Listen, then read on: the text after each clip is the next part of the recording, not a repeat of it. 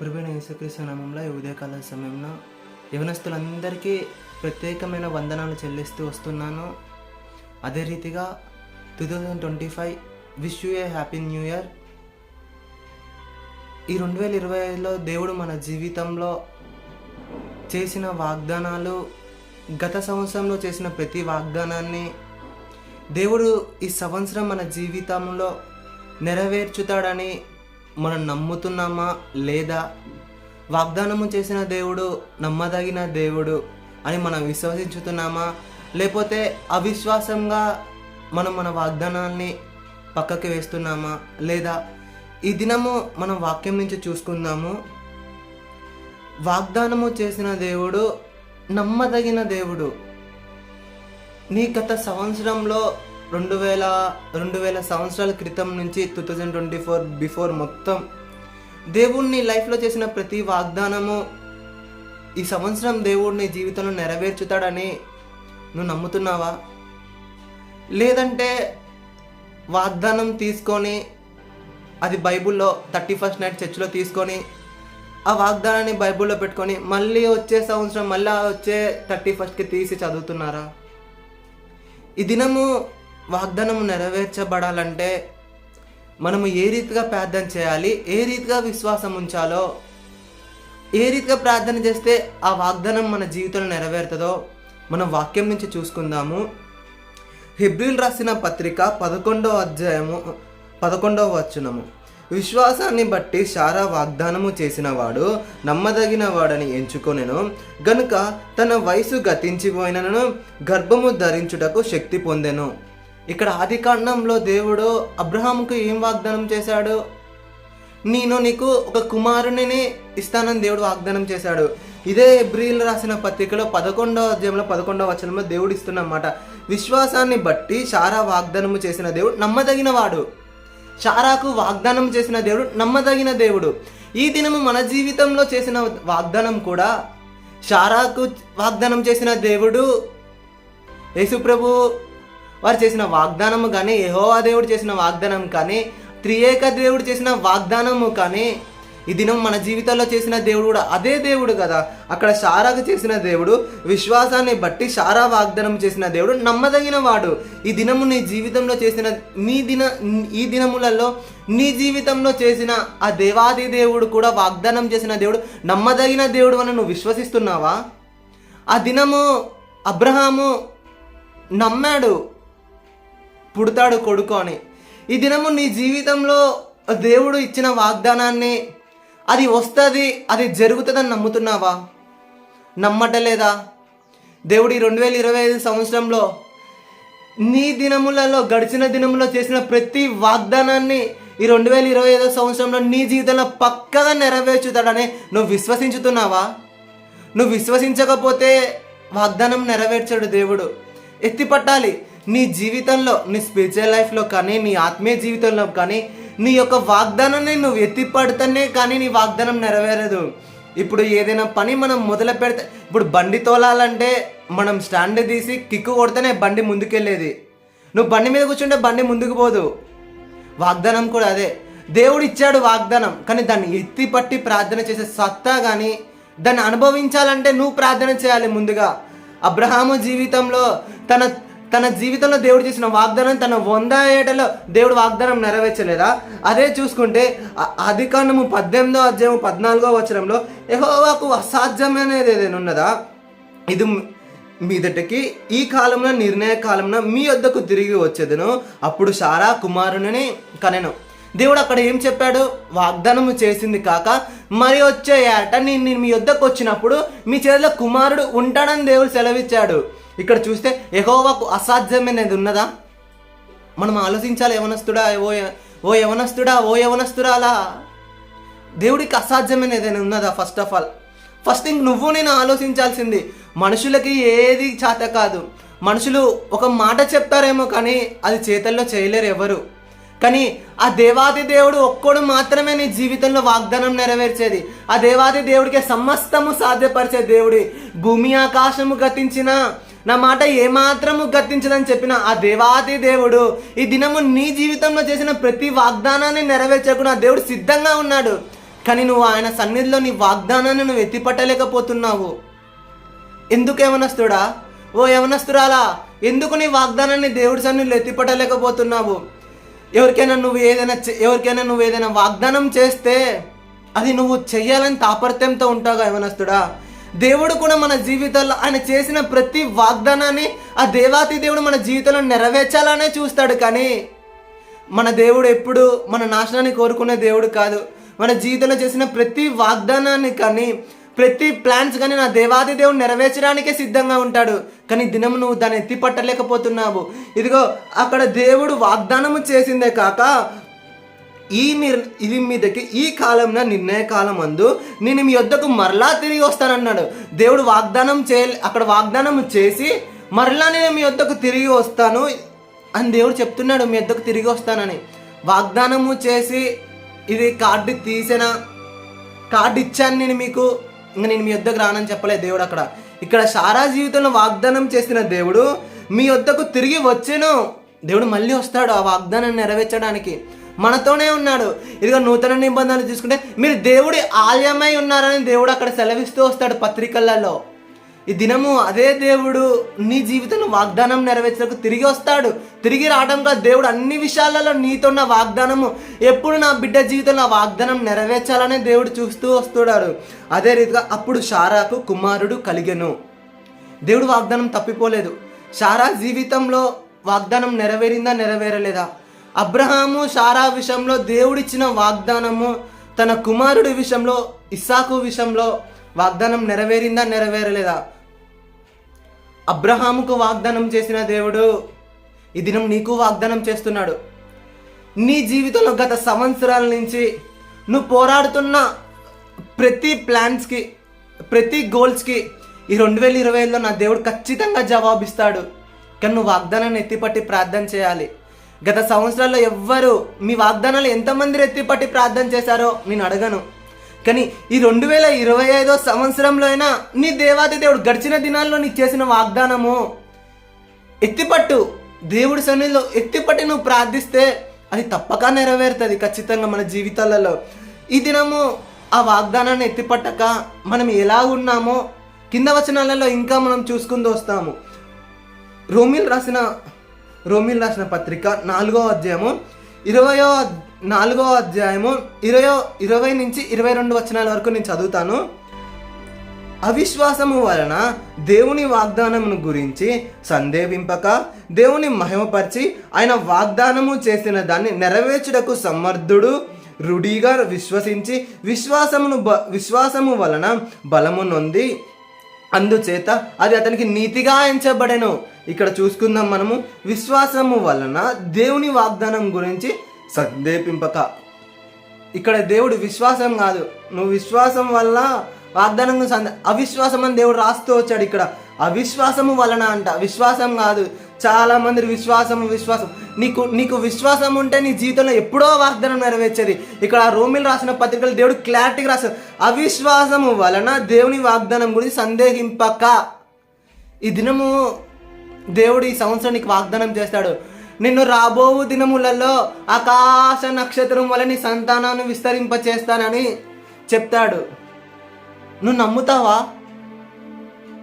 దేవుడు అంటాడు నేను వచ్చేటప్పుడు నీ కుమారుని కలగజేస్తానంటాడు. నువ్వు నమ్ముతావా? నీకు వచ్చే సంవత్సరము, ఈ సంవత్సరం నువ్వు శ్రమలో ఉన్నావు, ఈ దినం నువ్వు ఆర్థికంగా లోనై ఉన్నావు. వచ్చే సంవత్సరంలో నువ్వు ఖచ్చితంగా ఆశీర్వాదంలోకి పోతావు అంటే నువ్వు నమ్ముతావా? ఈ సంవత్సరం నీకు ఏ జాబ్ రాలే నా బిడ్డ, యవనస్తుడా, ఓ యవనస్తురాలా, వచ్చే సంవత్సరం నీకు ఘనంగా నీకు మంచి జాబ్ ఇస్తాను అంటే నువ్వు నమ్ముతావా? దేవుడిచ్చిన వాగ్దానాన్ని నమ్మాలి, ఎమ్మటి నమ్మాలి.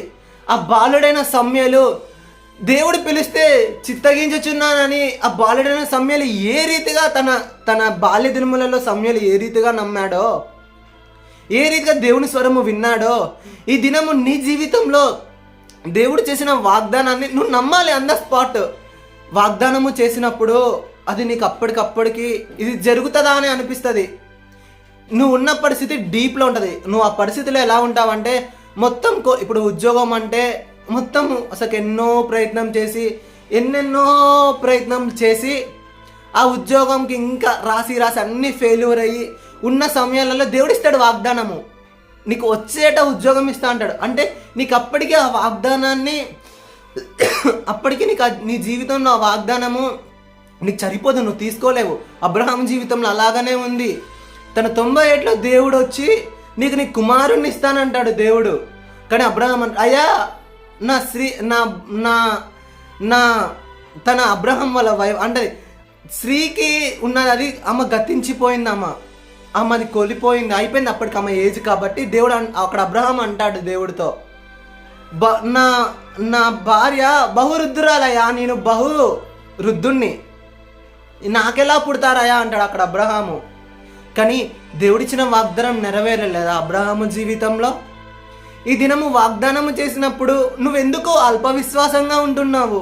నువ్వెందుకు దాన్ని క్యాచ్ చేసుకోలేకపోతున్నావు యవనస్తుడా? వాగ్దానం అనేది చాలా ప్రాముఖ్యము. మన జీవితంలో దేవుడు ఒక వాగ్దానం చేశారంటే అది ఖచ్చితంగా మన జీవితంలో నెరవేరుతుందని నమ్మాలి మన జీవితంలో. అదే చూసుకుంటే వస్తే మనము దేవుని మయపరిచి ఆయన వాగ్దానము చేసిన దాన్ని నెరవేర్చుటకు సమర్థుడనియు రుడిగా విశ్వసించి విశ్వాసము వలన బలము నొందెను. చూస్తే దేవుని మహిమపరచాలి వాగ్దానం చేసినప్పుడు. అయ్యా ఈ వాగ్దానం ఇచ్చావు, ఈ సంవత్సరంలో నీలో ఉన్నాను, అయినా నువ్వు నన్ను ప్రేమించి మరొక సంవత్సరాన్ని ప్రేమించి నువ్వు నాకు ఇచ్చిన ఈ వాగ్దానాన్ని బట్టి నీకు కృతజ్ఞతలు అయ్యా అని మనం చెల్లించాలి. అక్కడ దేవుని మహిమపరచాలి మనం. ఆయన వాగ్దానము చేసిన దాన్ని నెరవేర్చుటకు సమర్థుడు, రుడిగా విశ్వసించి విశ్వాసము వలన బలము నొందెను. ఈ దినము నువ్వు నమ్ముతున్నావా అసలుకి సమర్థుడని? రుడిగా దేవుడు చేస్తాడని నమ్ముతున్నావా? ఫస్ట్ ఆఫ్ ఆల్ దేవుడు అక్కడ నమ్మమని రాస్తూ వచ్చాడు ఆ వచనంలో. అదేగాక విశ్వాసం వల్ల బలము నొందమన్నాడు దేవుడు అక్కడ రాస్తూ వస్తున్నాడు.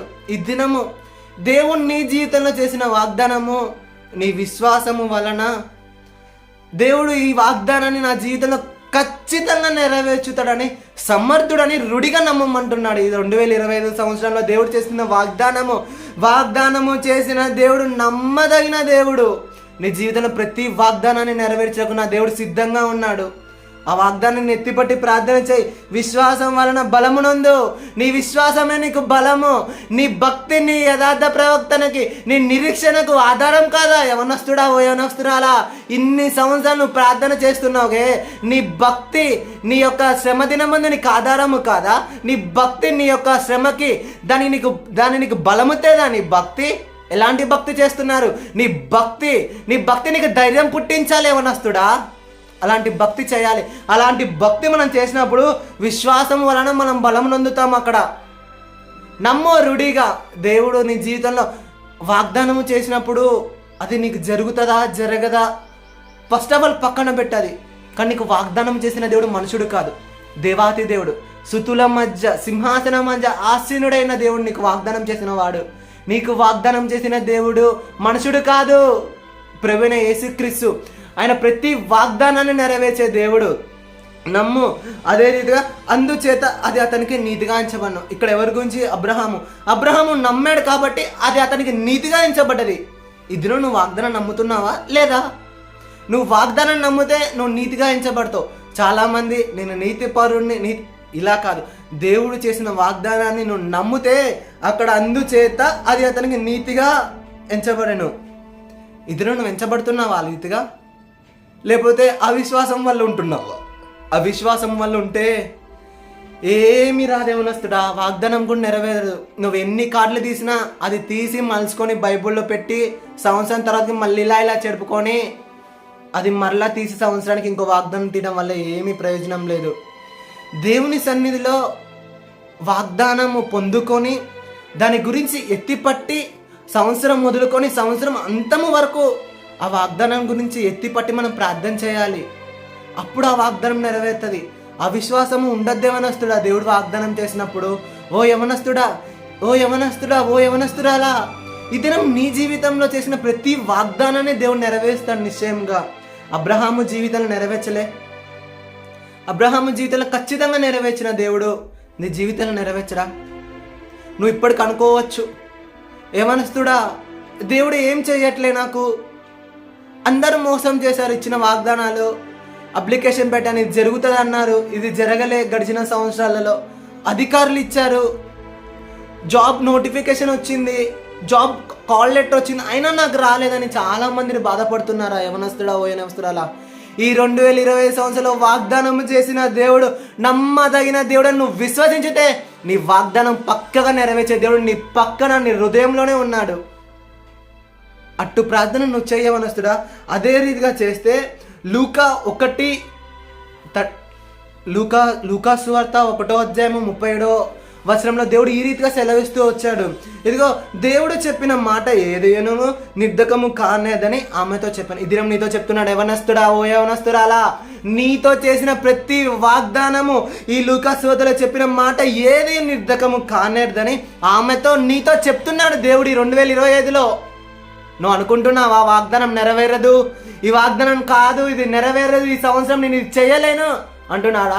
దేవుడు ఈ సంవత్సరం నీతోనే మాట్లాడుతున్నాడు. ఈ 2025లో నీ జీవితంలో గడిచిన సంవత్సరంలో నువ్వు దేవుడి దగ్గర నుంచి తీసుకున్న ప్రతి ప్రామిస్, ప్రతి మాట, ప్రతి వాగ్దానము ఈ 2025లో నా రాజాతిరాజు, నా దేవాతి దేవుడు నీ జీవితంలో నెరవేర్చుతాడని నా దేవుడు వాగ్దానం చేస్తున్నాడు. నువ్వు ఎత్తిపట్టి ప్రార్థన చేయి, నువ్వు ఎత్తిపట్టు నీ వాగ్దానాన్ని, నువ్వు ఎత్తిపడితే విజయము నీదే యవనస్తుడా.